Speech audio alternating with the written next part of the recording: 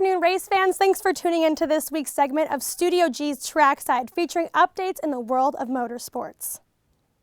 With emotions high and memories in their hearts this weekend, off-road racers lined up to pay tribute the best way they know how, and that's putting on an exciting race. Trackside Off-Road Championship Series hosted the second ever Rick Huseman Memorial Cup to honor brothers Rick and Jeff Huseman, who tragically died in a plane crash in 2011. The Cup race began with Rick's truck being paraded around the course by brother Kevin Huseman.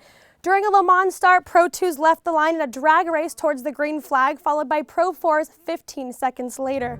While Bryce Menzies held off the field as long as he could, the second half of the race was a Red Bull versus Monster showdown, with Bryce Menzies and CJ Greaves trying to hold off Kyle LeDuc, Ricky Johnson, and Johnny Greaves. It was a battle until the end that eventually led to Ricky Johnson finishing first, Kyle LeDuc second, and Bryce Menzies third. This was Ricky Johnson's second Huseman Memorial Cup win in just as many years. Taking a look at a whole different style of racing, just a few weeks ago, NASCAR handed down one of the most significant penalties in the sport's history, a penalty that inevitably alters this year's chase for the NASCAR Sprint Cup.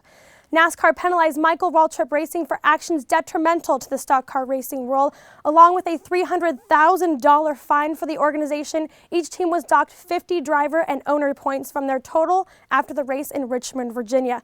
The penalties came after NASCAR spent 2 days investigating what it called an attempt to manipulate the outcome of the race. This shakes things up a little bit, since NASCAR then decided for the first time in stock car history there would be not 12, but 13 drivers allowed to compete in the 2013 championship. With all the changes, this year's Sprint Cup chase, it doesn't seem to be affecting five-time champion Jimmie Johnson, considering his win last night at Dover International Motor Speedway. With 7 races left in the chase, in the current point standings have Matt Kenseth leading Jimmie Johnson by 8 points.